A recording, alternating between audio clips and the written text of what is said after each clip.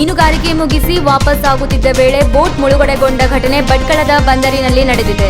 ಸದ್ಯ ಮೀನುಗಾರರು ಪ್ರಾಣಾಪಾಯದಿಂದ ಪಾರಾಗಿದ್ದು, ಬಲೆ ಹಾಗೂ ಸ್ವತ್ತುಗಳು ಸೇರಿದಂತೆ ಬೋಟ್ ಸಹಿತ ಮುಳುಗಡೆಯಾಗಿ 60 ಲಕ್ಷನಷ್ಟು ನಷ್ಟ ಸಂಭವಿಸಿದೆ. ಉಡುಪಿ ಜಿಲ್ಲೆಯ ಬ್ರಹ್ಮಾವರ ತಾಲೂಕಿನ ಬಾಳೆಹಿತ್ತಲು ಸುರೇಶ್ ಹಾಗೂ ಅಶ್ವಿನಿ ಅವರಿಗೆ ಸೇರಿದ ವಿನಾಶ್ ಬೋಟ್ ಇದಾಗಿದ್ದು, ನಾಡದೋಣಿಯಲ್ಲಿದ್ದ ರಾಮ ಮೊಗೇರ್ ಹಾಗೂ ಭರತ್ ಮೊಗೇರ್ ಸಹಾಯಕ್ಕೆ ಧಾವಿಸಿ 5 ಮಂದಿ ಮೀನುಗಾರರನ್ನು ರಕ್ಷಿಸಿದ್ದಾರೆ.